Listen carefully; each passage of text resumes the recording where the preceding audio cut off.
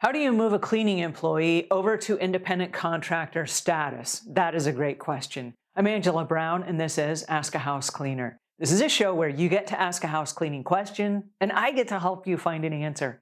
Now, if you have a question, go over to askahousecleaner.com, and there in the corner is a blue button. When you click on that, you can send your message to me here at the show. Now, Charles called in, and he asked this question.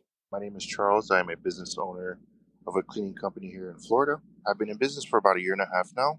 The issue that I've come across is that I have a employee that uses my supplies to clean homes, but she also has clients of her own. Originally, when she was hired, she had one client that she did on a monthly basis. Now to find out she has two additional clients. So now I'm in a position where I'm not sure if those are my past clients that she's taken from me, or these are just clients that she just found. I would love to hear your feedback. I love your show. Thank you so much. Hey, Charles, you find yourself in a dilemma there, and I'm sorry you are going through this. My question to you is, what policies do you already have in place? The reason I ask is because when you hired her, it sounds like you knew she already had an existing client. Now that she has a couple more clients, does that affect the policies that you have?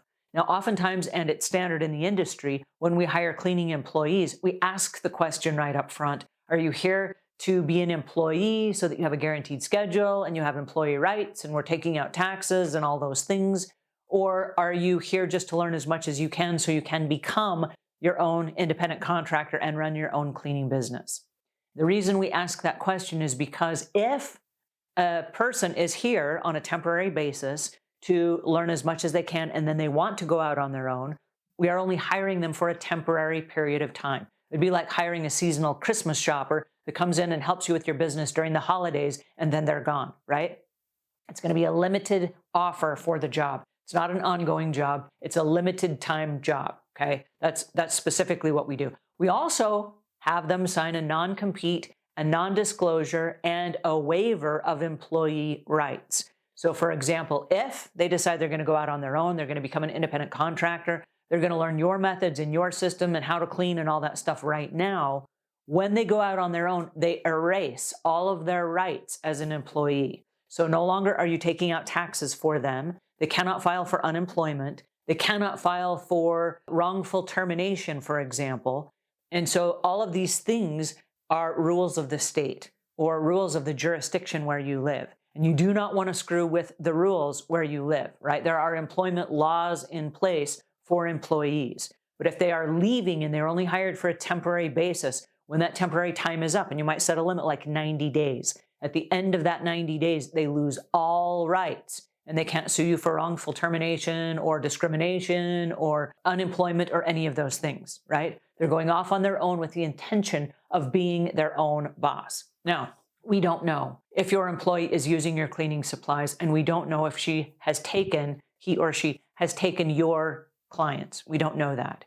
But we need to have some kind of a policy in place that says, you do not do that working for me, right? You do not compete in my immediate area where we're working. And so if you have that in place, that's great. And if you don't, my suggestion is that you sit down right now and create some of those policies and then give them a copy in writing and have them sign it and put a copy in your file, your employee file for them, and give them a copy to keep. That you have a verbal conversation about it, that they understand what the rules are. Now, when you hire an employee, you are hiring them, and there are certain rules for you as an employer. You are guaranteeing them so much work. You are also paying the taxes for their workman's comp and their insurance and all of these things. They lose all of that when they go out on their own. So as a boss, it's going to be more economical for you to hire independent contractors than it is actually having employees. But you also lose a lot of your rights. You do not get to tell them what to wear, how to clean, the cleaning solutions to use, that their car must be clean, or any of those things, right?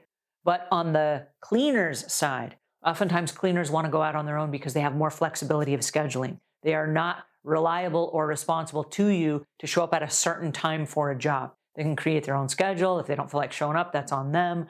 But one of the challenges they have, and this is one of the cons, is they don't have the steady stream of work and the job security that they get from having a job.